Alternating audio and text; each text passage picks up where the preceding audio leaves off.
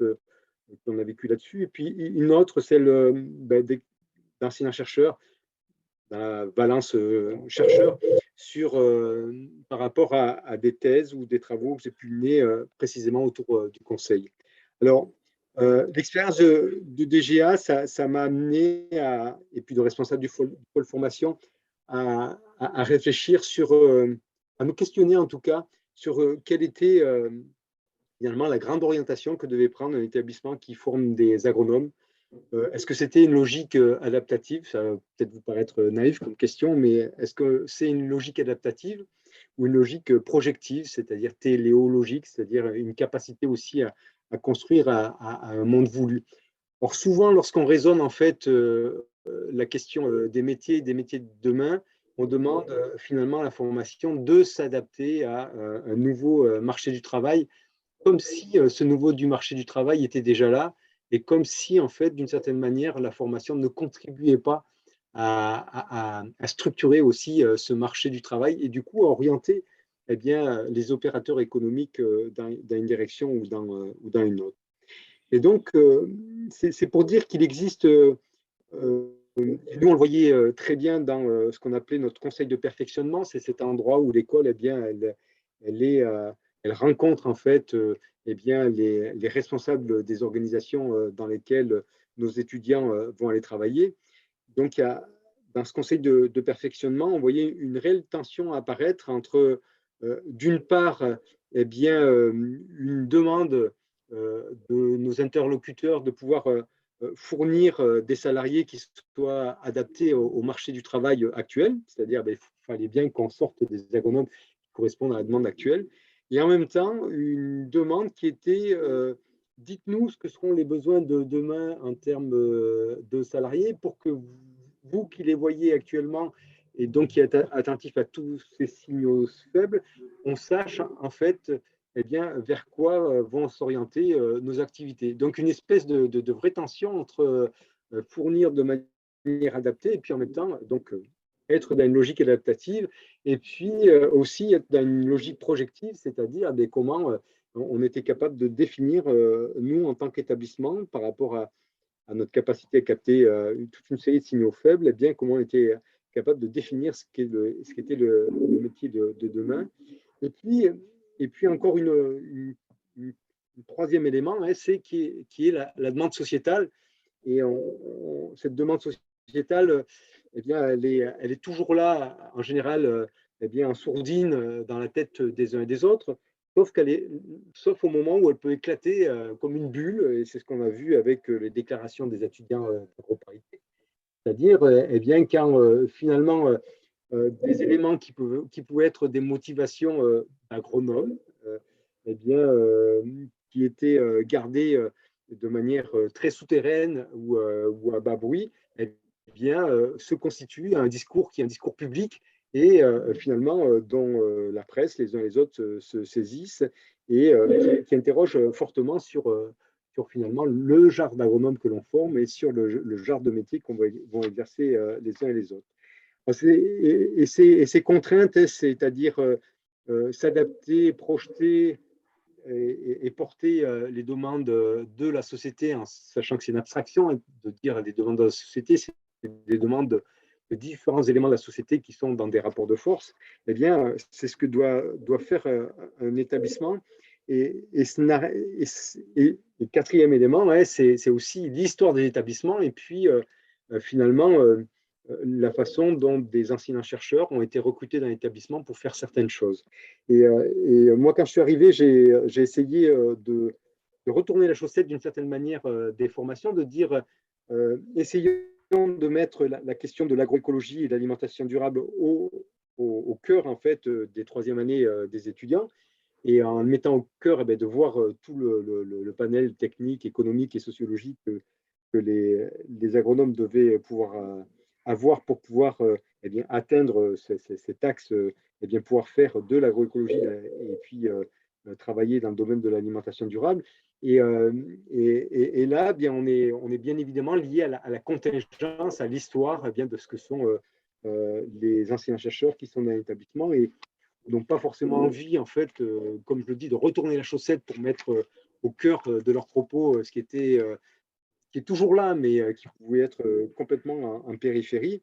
Et du coup, c'est un vrai frein pour, même lorsqu'on peut imaginer que l'on doit former des agronomes ou des ingénieurs en agroalimentaire d'une autre manière pour pouvoir mettre en œuvre cette autre manière de former. Donc, ça, c'était pour rendre compte de ma première expérience. Pour la deuxième. Il reste un peu moins de 5 minutes. Hein. Claude, Oui. il reste un peu moins de 5 minutes. Il me reste 5 minutes, c'est ça? Oui. D'accord. Je vais faire 5 minutes, il n'y a pas de souci.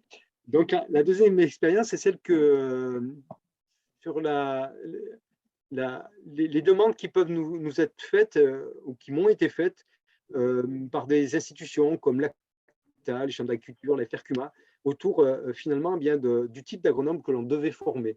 Et autour de ces questions-là, eh bien, il y a un vrai besoin d'avoir des agronomes qui soient, alors je vais reprendre les mots de l'ACTA, en fait, des instituts techniques qui étaient réunis à l'ACTA, d'avoir des agronomes sociologues. Alors, je suis sociologue, alors c'est très rassurant, ça fait plaisir de voir qu'on est sollicité, mais il y a cette demande-là, vous allez voir qu'elle peut être formulée différemment par d'autres, eh bien, elle met l'accent sur la capacité d'écoute, la capacité d'animation, la capacité de négociation, la capacité à appréhender eh bien, les cadres d'acteurs dans des milieux sociaux complexes.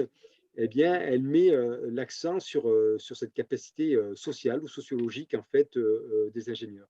Et on va voir quand la FRQMA nous pose, en tout cas localement, la même question, ce même genre de questions, c'est pour former des animateurs de ce type-là. Les chambres d'agriculture, c'est pour former aussi des conseillers agricoles qui soient aussi eh bien, de plus en plus des hommes et femmes qui aient cette capacité à faire non seulement avec le technique et avec le social. Dans le domaine de la recherche, donc pour faire bref, j'ai encadré des thèses sur des grands organismes stockeurs de l'Est et de l'Ouest de la France.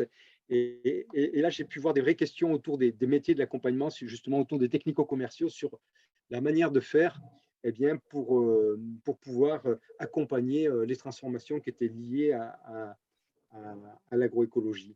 Et de manière très caricaturale peut-être, ou très polaire, on peut distinguer deux axes, c'est-à-dire eh bien, un axe qui soit, et c'est le très largement minoritaire, c'est comment on constitue des collectifs d'agriculteurs et on les accompagne autour de changements de pratique. Ça a pu être fait dans certains endroits. Et puis l'autre axe que l'on voit majoritairement dans ces organismes stockeurs, eh bien, c'est le développement de ce que j'appelle moi une agroécologie qui s'appuie sur des connaissances encapsulées dans des outils techniques. Et c'est tout le développement en fait eh bien, d'une agroécologie qui s'appuie sur des capteurs, des senseurs, des algorithmes, des banques de données et puis une chaîne de robots. Et le fait de promouvoir en fait ce type d'agroécologie, bien on voit que ça transforme complètement le métier aussi de technico-commercial, qui se trouve être eh bien un relais entre le captage des données et puis leur interprétation par des outils. Et donc, on vient d'écrire récemment avec une de mes doctorantes un article là-dessus sur l'usage des OLT dans la revue Études rurales. Alors, le dernier point pour conclure et pas dépasser le temps qui m'est imparti, c'est pour dire que ces transformations en fait, qui s'opèrent dans les métiers de demain ou des métiers des agronomes, il y a un élément qui est essentiel, eh bien, c'est la multiplication des autorités épistémiques. Et j'ai écrit un papier donc il y a un colloque de Cerisy qui avait eu lieu là-dessus, et dans l'ouvrage qui en est sorti, autour de cette multiplication des autorités épistémiques. Qu'est-ce que ça signifie? Eh bien qu'aujourd'hui, les gens que l'on écoute, c'est plus forcément les chambres d'agriculture, les instituts techniques, l'INRAE, etc. Et il y a plein d'autorités épistémiques concurrentes qui peuvent émerger. Il n'y a qu'à voir comment certains agriculteurs sont suivis sur Internet ou dans les réseaux sociaux, dans leurs pratiques qui peuvent être très quotidiennes. Une panne de machine, pof, on la filme et puis on en parle. Donc, il peut y avoir des agriculteurs qui ont des followers en masse.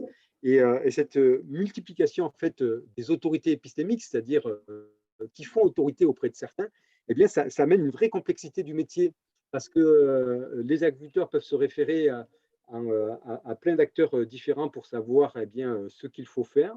On a aussi eh bien, toute la question des autorités épistémiques qui peuvent produire du faux objectivement, et donc mener des personnes vers des orientations bien qui ne sont pas très favorables.